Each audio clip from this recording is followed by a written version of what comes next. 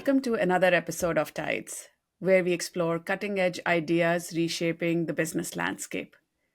Today, we are diving into the world of AI pods, dedicated teams driving artificial intelligence integration within organizations. But this isn't just your typical HR or change management story.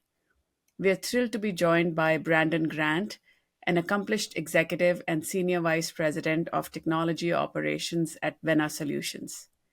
Brandon is not only a leader in AI integration, but also spearheads his company's AI Pod initiative, a groundbreaking effort to weave AI into the fabric of an enterprise from a tech leader's perspective.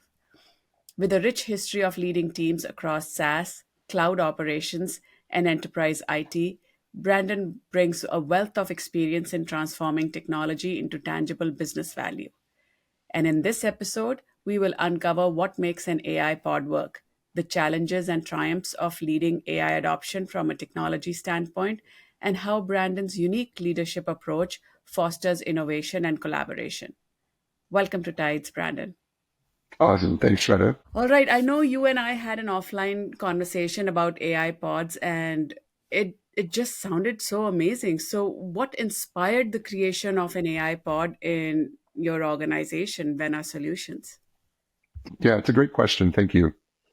Um, if you look back at kind of the history of technology, there's been 4 or 5 really major technical advances over the past, call it 40, 50 years. So back to PCs in the 80s, then we went to mobile, then internet, then enterprise cloud. And we believe that AI is the next version of that. And so if you think back to how much of each of those technologies changed the way we work and live, it was all pretty significant. When we layer in Vena as a company, and when we were founded, 2011, 2012, this is the first one of these that we're going through.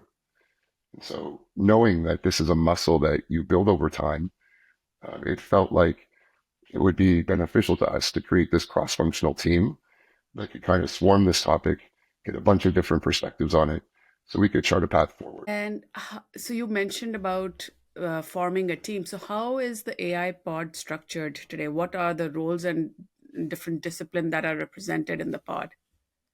Yeah, good question. So um, we've got pods for a bunch of different things in the business. And for us, what that means is um, a cross-functional team that drives alignment and planning and execution against a strategic company initiative. It's meant to be a temporary structure. We've got a bunch of interesting roles or capabilities that are represented from change management, solution consulting, corporate communications, training and development, data engineering, and then, of course, on the technology side, some leadership as well. Hmm. Wow, that sounds very interesting. So it looks like you have a cross-functional team that makes up the AI pods. And how did you go about? I'm getting into the weeds of this because it's such an important concept that I wanted people who are listening to our podcast to take away actionable ways of organizing a pod in their organization if this is where they want to go. So how did you select those individuals to be part of the pod? Like, was it voluntary? What was it like? Did you have data about people who were already using AI? What was your approach? Yeah, good question. We started with just a technology team, um, looking at the technology, where we thought it was going to go, and what we thought we'd need to do as an organization um, to take advantage of it. As we started to explore further, we realized like this is actually a really big change. Um, People are going to need to figure out a way to embed this into their daily workflow. Mhm. And so we started adding folks like our change management team, our corporate communications team. How are we going to mobilize the organization against this motion? And we've slowly kind of added other people based on people who have put up their hand and said, hey, I'm really interested in this topic. Um, we've had other folks where it's like, we need this capability. And I don't think we're done yet. Mm. So kind of the next step for us is launching this experimentation phase which will require a whole bunch of people with different backgrounds that sit in different roles in the company. And so we'll kind of have this extended pod at some point as well that has representation from almost every team. Mhm, mhm.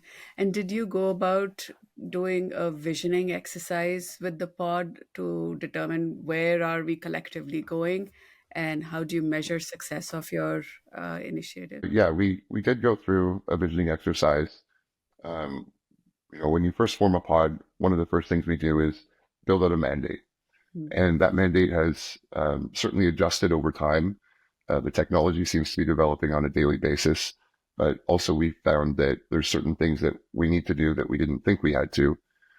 Um, the very first thing that we wanted to do is make sure that the leadership had a common set of words or vocabulary to actually talk about this. Um, we called it demystifying AI. It's kind of an AI basics course that we gave to senior leaders in the company who need to be aware of what's going on and are going to make decisions. We then started looking at common and emerging use cases. So, what's common in the market? What are we doing in the company? What's emerging in the market? What are some of the things that we're looking at in the company for adopting? Um, then we launched a larger scale initiative, which was trying to identify the most impactful places in the organization that we thought we could leverage AI. So, in particular, Gen AI is good at a few things. So, we kind of looked at each department in the company and rated them on the number of times a day we thought they had to create content or make decisions to create this prioritization model that helped us prioritize which teams we look at first. Mm-hmm. Well, you mentioned a very important point about the evolving nature of this technology. It's like the speed of this change is incredible. So my understanding is for any organization to build a structure like a pod, which is a great way to get a cross functional voice into the mix so that we can one get a sense of the pulse of where the organization is at, and then also be in sync with where are we going to prioritize our efforts collectively. But also looks doesn't sound like your the vision for the spot needs to be like a 2 year 3 year vision, because things are just changing so dramatically and so fast. Yeah, that's true. And by its nature, a pod for us is a temporary structure. Hmm. So it's like, there's some sort of initiative or problem that comes up that doesn't really fit within our existing structure. So we create this structure around it. And then the goal is to eventually collapse the pod and figure out what structures we need to deal with this on a permanent basis if required.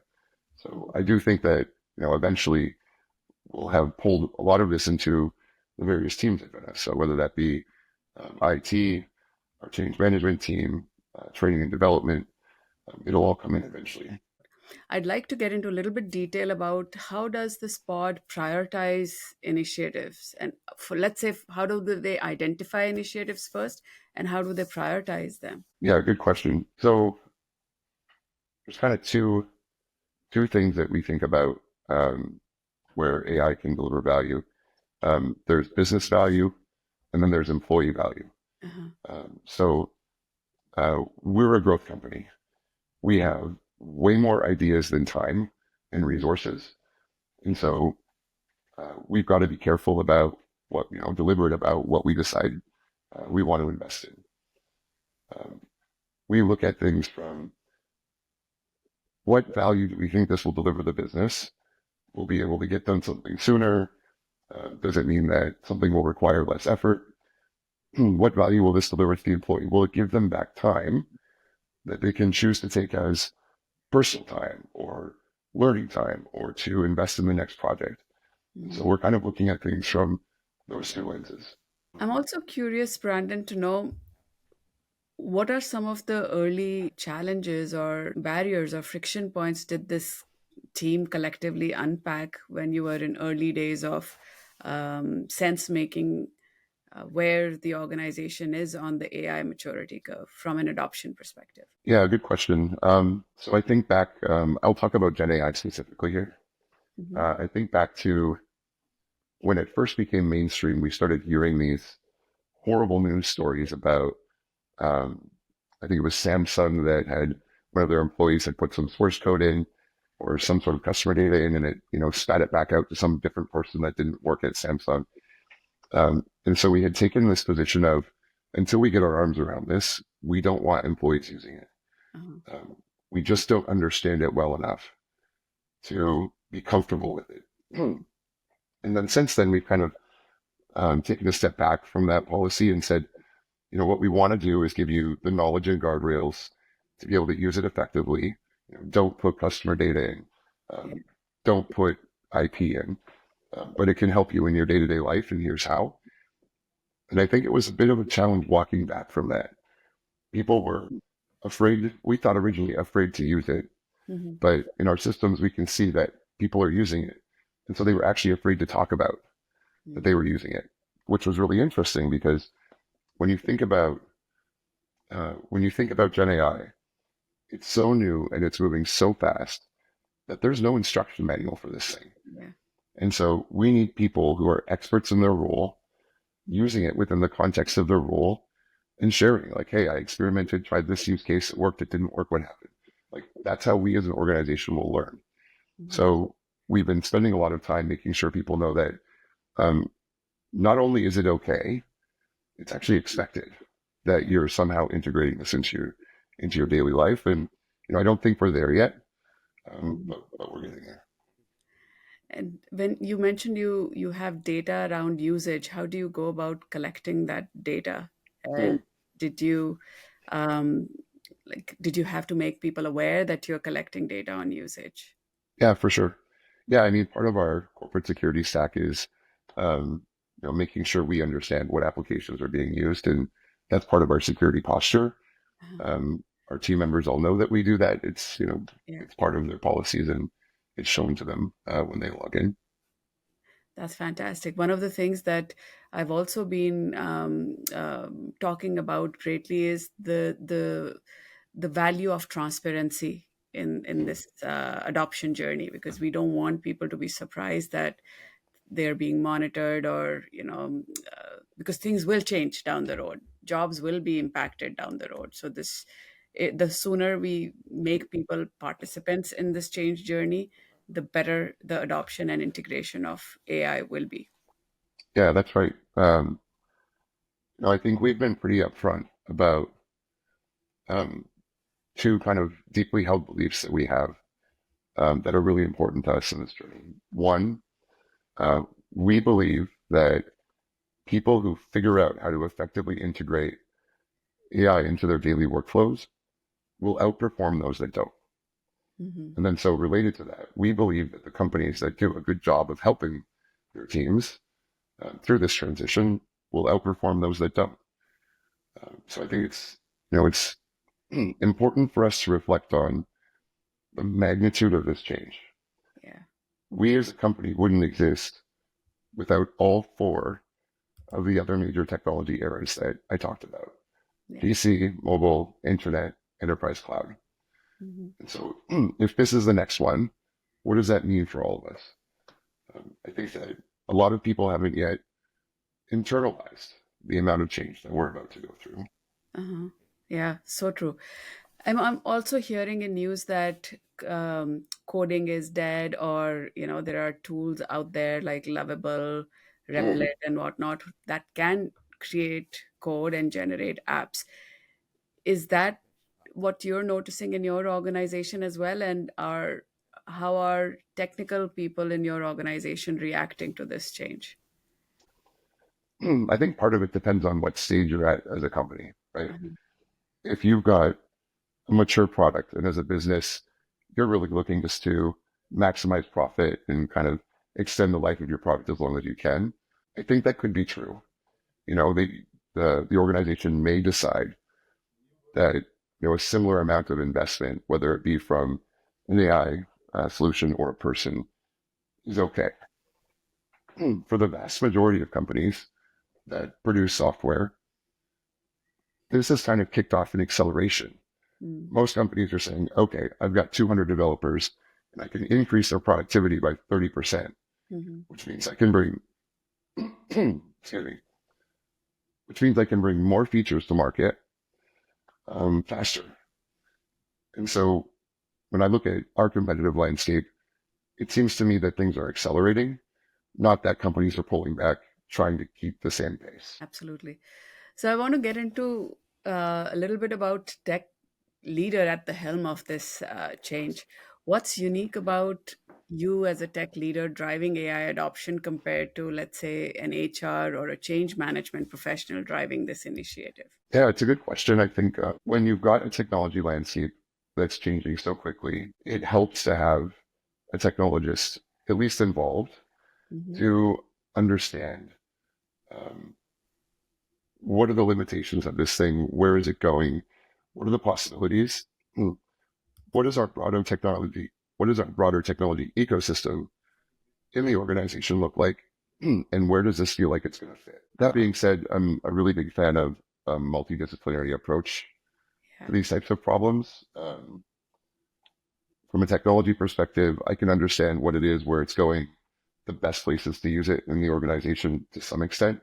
Mhm. If people don't use it, none of that matters. Yeah. Yeah.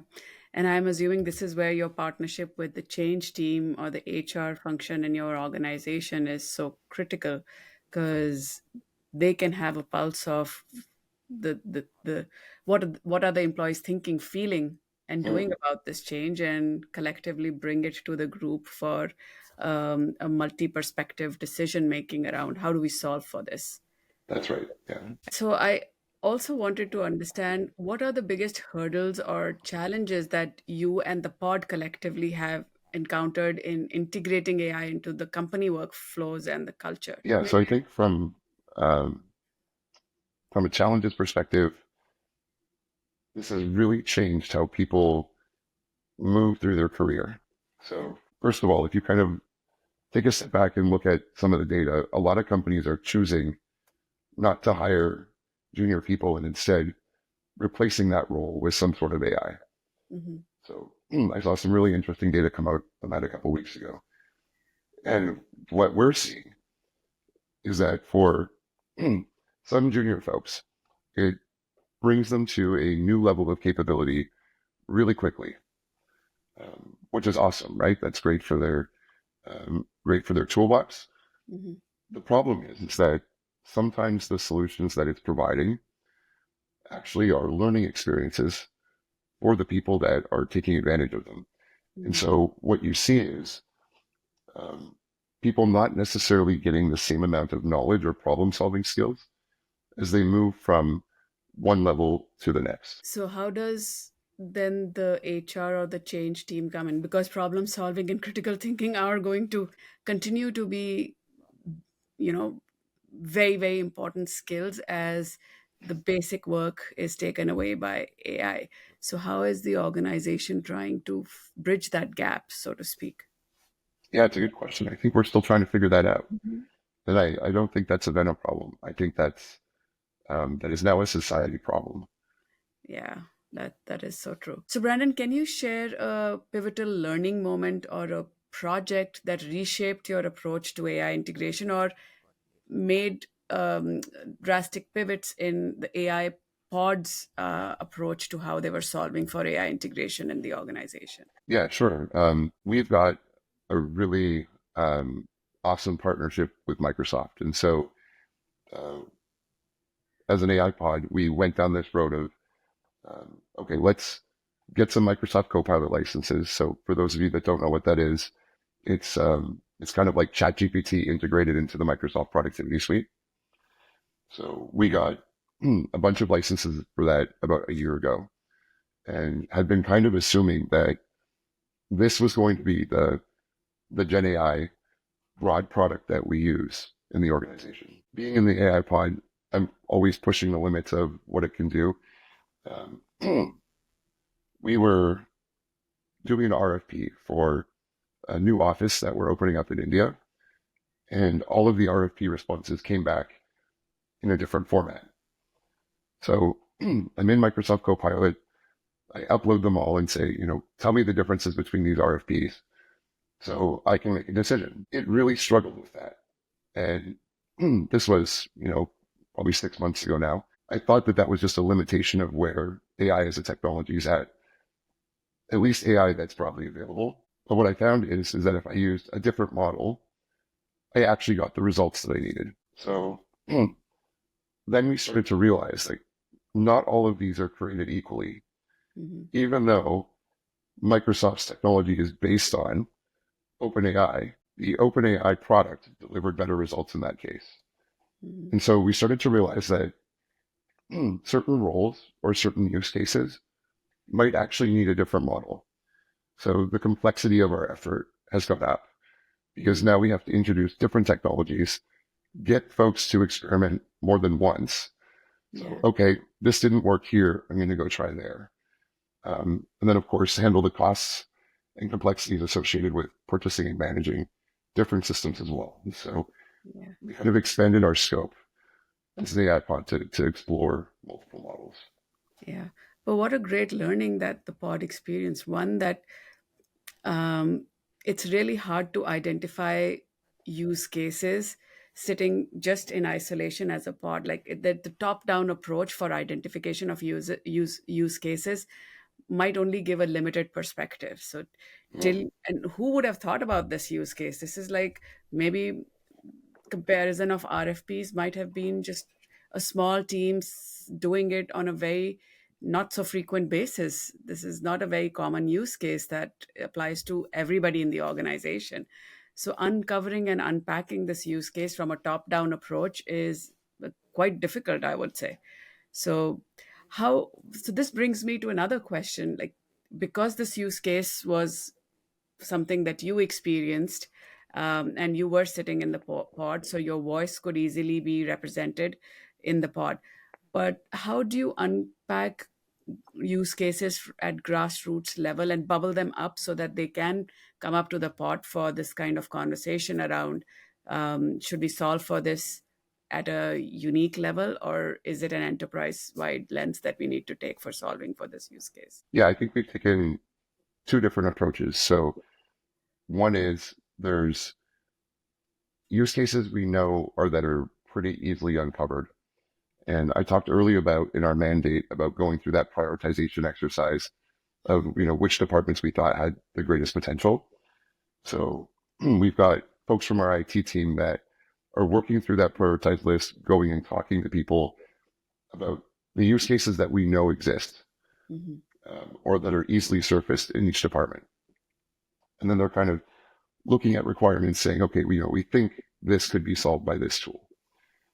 So that's one. Two is we know that there's a bunch of hidden things like this. Like if you would have asked me 6 months ago if I thought analyzing an RFP for a new building in India was going to be something that I had to do, I would have said no. Like why would I do that, right?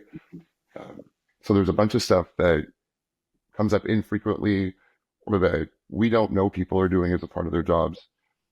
And that's where that broader experimentation program that I was talking about comes in, where we get representation from each team in the company and give kind of some extensive guidance on how to effectively experiment and to bring all that knowledge back, and share it with us and their peers. And what advice would you give to other leaders who are aiming to either set up an AI pod or scale AI adoption in their organization through a pod approach or any other approach?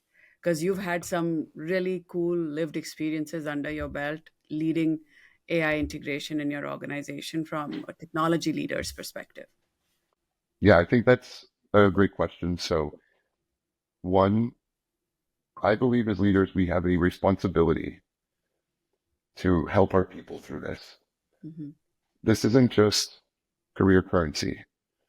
This is truly like, imagine today having someone that doesn't know how to use the internet or a computer at a corporation in Canada. Like it's very rare.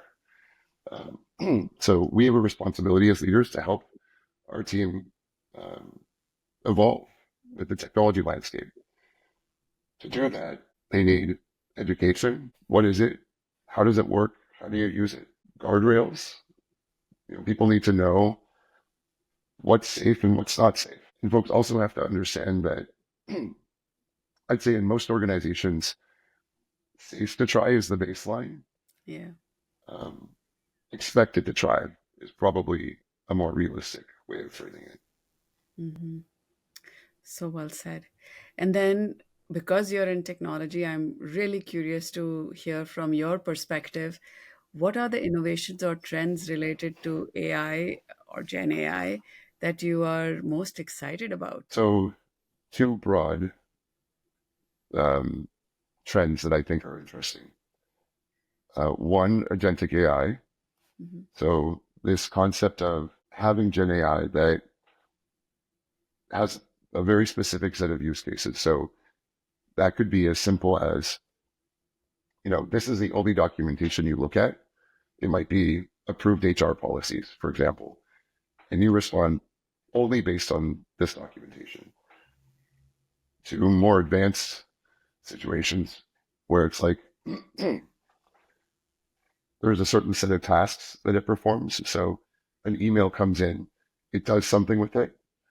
Maybe an email comes in from a prospect and it goes and gathers all the information for you. To more advanced where just today I saw on LinkedIn a job posting that was for an agent.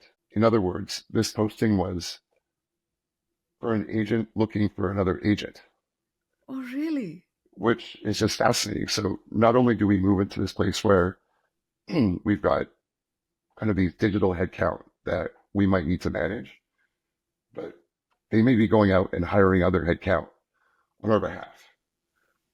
That's So incredible, what does right? that mean for scale, right? Like that's pretty cool.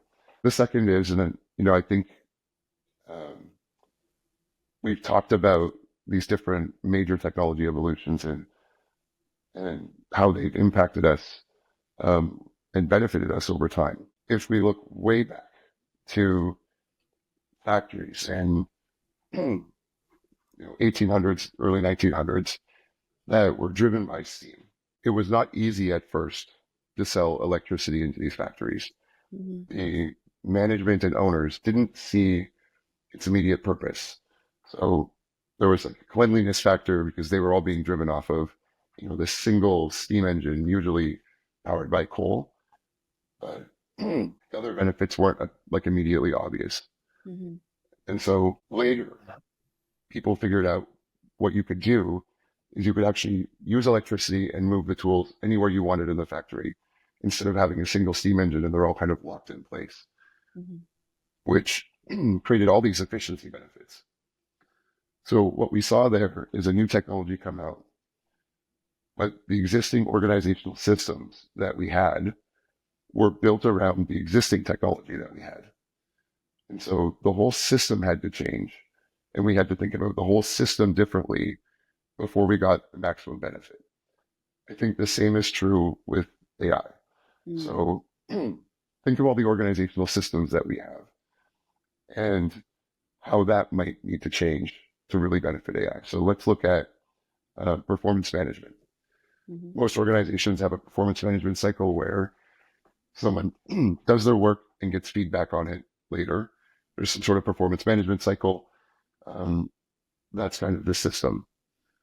Well, what if AI being a part of that system is providing coaching on a real-time basis and then showing, management and the employee how much they're improving Mm. or grabbing the manager to say, you need to help here. Hmm. That could be a different approach. IT systems. The Yeah. system is, as an employee, you need help with something. You usually log a ticket with your IT team. Hmm. Well, what if that's just all automated now? So the system recognizes you're struggling and says, hey, there's a better way to do that. Or here's how you get from this step to this step. Hmm. So we're applying AI as, hey, we can, let the person submit a ticket for an IT repair and the system can maybe automatically reply to that with some solutions. But what if we just turn the whole system upside down Mm. and have AI provide solutions kind of in the context of their work?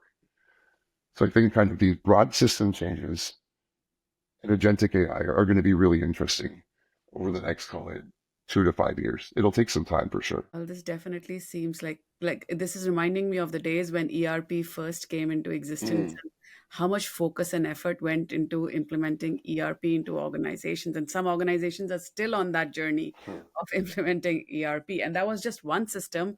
And you had more control in implementing that system. You could start with one functional area and then expand and grow from there. But the way I've heard you also paint the picture, this is a seismic shift. This is going to touch all aspects of the organizations and has the potential to impact it all functions at the same time. So the scale of the magnitude of this change hitting an organization is huge and has the potential of completely rewiring how we work, how we think about work, how we add value to an organizational context. Incredible. But I'm still like amazed at the example of AI agents that you shared.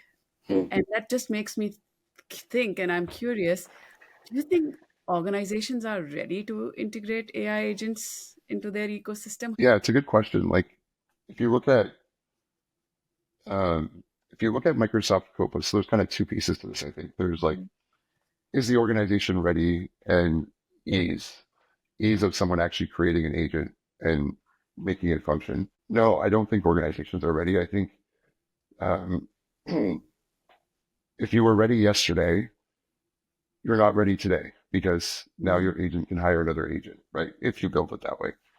So I think readiness is almost like this aspirational goal at this point where the technology is moving so fast, organizations are still trying to catch up. You typically it works in a way that organizations faster than people adopt technology faster than organizations, uh-huh, and even people are struggling to catch up, right? mhm, So I think no, organizations aren't ready. I don't think a lot of companies know yet how it will work or benefit them. uh-huh, I think the big players are making it very easy to make an agent for anybody. So in the context of Microsoft Copilot, there's now Copilot Studio, yeah. which is a place you can go create an agent. If you need more advanced functionality, you can use Power Automate, which Mhm, is like a low code or no code automation platform that Microsoft provides as well. mhm, So creating an agent is becoming almost democratized. yeah. And I think over time will require not as much software development knowledge, but I don't think we as not just organizations, but society are quite ready yet for what this means. Mhm. It's incredible to see the pace of change. If organizations start building agents and democratize the build of agents at an individual level, many people might build duplicate agents. So there might be like agent chaos in an Mm. organization. How do you manage that? How do you make sense of that? So to your the way I'm understanding is the whole governance infrastructure around agents and how do you deploy manage agents will also need to be thought about because again agents can do work at an enterprise level across different functions and there might be agents that are specific to how I as an individual contributor in an organization add value.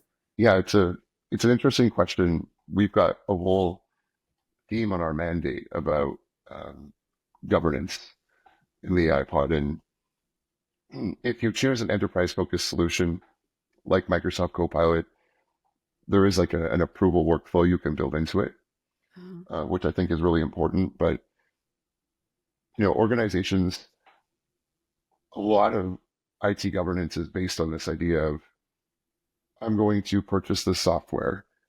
Here's how it's going to connect with everything, and some sort of approval process to get you through that. mhm. What we're talking about now is essentially employees creating their own software. Yeah. And so I think it's really important to have a perspective on how you're going to manage that and govern its use within your business. And I think, that's where you start to see benefits from enterprise platforms like Copilot. It may not be as capable in some areas as, ChatGPT or Cloud or Sonnet, but it does have this enterprise lens Yeah. attached to it. And so it's much more safe in a lot of ways than some of the publicly available tools. Fantastic. I know we are getting into the rabbit hole of agentic AI now. It's such a fascinating area. Maybe we'll have a second conversation dedicated to how do we think about tech stack in the modern world. But as we wrap up our conversation today, Brandon, any last piece of advice, tips, tricks that you would want to share with our listeners today who are thinking about integrating AI into their ecosystem and are early on in this journey? So I think it starts with leaders. You've got to make sure that the leaders in your organization understand that this is a very big change, that they have a very important role to play, and what happens if they succeed or don't succeed in Mhm. helping their teams adopt this. Because the impact's not just on them or the company, it's on the person that they support as well. Mhm. So I think that's one. We're trying to make AI approachable for folks in the organization. One of the ways that we've done that is by kind of expressing to folks, deliberately decide with your team that you're going to hire AI to be a team member. Mhm. It's just an approachable way of thinking like, okay, there's this extra thing there that can help me. And we'll decide as a team kind of what work it's capable of, what work it's not. We'll reevaluate that over time. Mhm. Like it's almost like this living, breathing intern that you have to decide to hire and constantly decide what it's going to help you with. Mhm. I think making it approachable like that helps people overcome the barrier of, it's this big scary thing, or I need to be worried about it, or should I be using it? Yeah, Um, and every organization might have their own way of doing that, but that's how we've decided to do it. that's fantastic. AI can be your augmentation partner as a co-pilot, and AI can also be your co-worker. That is such a great way to look at it because, again, I always say we have to start thinking about it now and start projecting and preparing for multiple futures that are ahead of us because AI is not going to happen. It has already happened, and we Mhm. need to be quick and fast on this journey. So, That's right. Yeah. thank you so much, Brandon, for sharing your insights today with us. Yeah. Thank you for having me. Really interesting conversation. So, this brings us to the end of our episode today. We hope you're inspired by the insights Brandon shared about reimagining AI adoption within an enterprise. And if there's one takeaway from this discussion, that is that the future of AI integration isn't just about technology, it's about people, processes, and purpose coming together to create a meaningful impact. And to our listeners, don't forget to subscribe and share, and let us know what resonated most with you in today's episode.